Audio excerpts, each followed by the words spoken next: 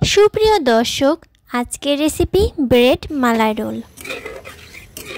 ঘরে থাকা খুব অল্প কিছু উপকরণ দিয়ে এই ব্রেড মালাই রোল সহজেই তৈরি করে ফেলতে পারবেন। এটি তৈরি করতে প্রথমেই লাগবে দুধ।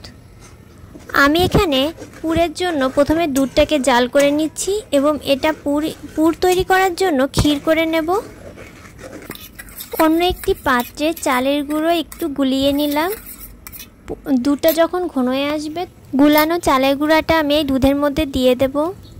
তারপর ভালোভাবে নাড়তে হবে অনবরত, যেন নিচে লেগে না যায়, এক জায়গায় এই চালের গুঁড়োটা পড়ে না থাকে। এরপর এর মধ্যে আমি একটু এলাচ গুঁড়ো করে রেখেছি, সেটাও দিয়ে দেব ঘ্রাণের জন্য। দেখুন দুধটা ঘন হয়ে আসছে, আমি আর একটু ঘন করব।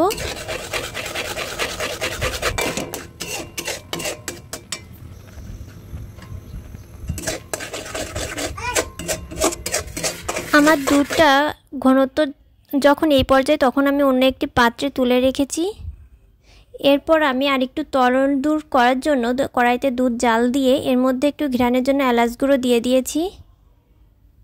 এটা আমি আলাদাভাবে করে অন্য একটি পাত্রে রেখে দেব।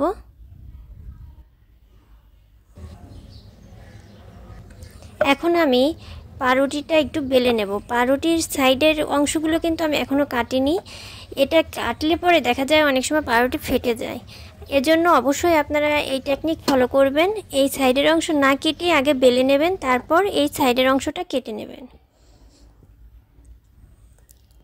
দেখুন আমি যে কটা পাউরুটি তৈরি করব সব কয়টি বেলে নিচ্ছি। বেলে নেওয়ার পরে সাইডের এই অংশটা কেটে রেখে দিচ্ছি।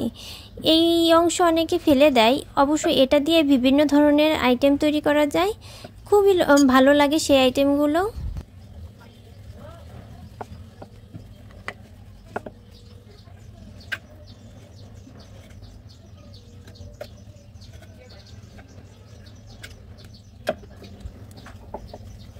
প্রত্যেকটি পাউরুটি এভাবে আমি বেলে নিয়েছি।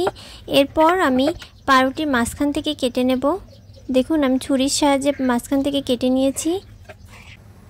প্রত্যেকটি পাউরুটি আমি কেটে নিয়েছি। দেখুন আমি এই যে সাইডে রেখেছি পাউরুটিগুলো কেটে, আর আরেক পাশে পুরটা রেখেছি। এখন আমি এই স্লাইড করা পাউরুটির মাঝে এই পুরটা দিয়ে রাউন্ড করে নেব, পেঁচিয়ে নিচ্ছি। দেখুন আর সাইডে এভাবে রেখে দিচ্ছি।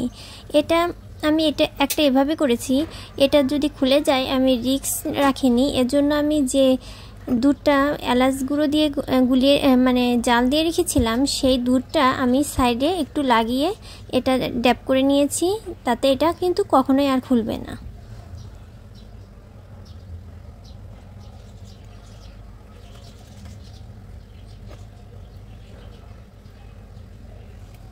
প্রত্যেকটা আমি এভাবে করে নিয়েছি। দেখুন একটির পর একটি।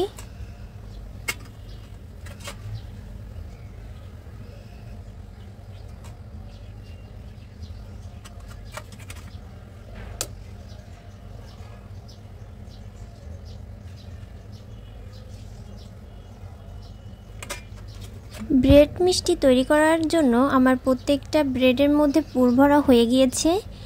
এখন আমি এই পাউরুটির এই শেপগুলোকে একটি শেপ আকারে রাখবো। আমি দেখুন এই যে এইভাবে সাজিয়ে রেখেছি।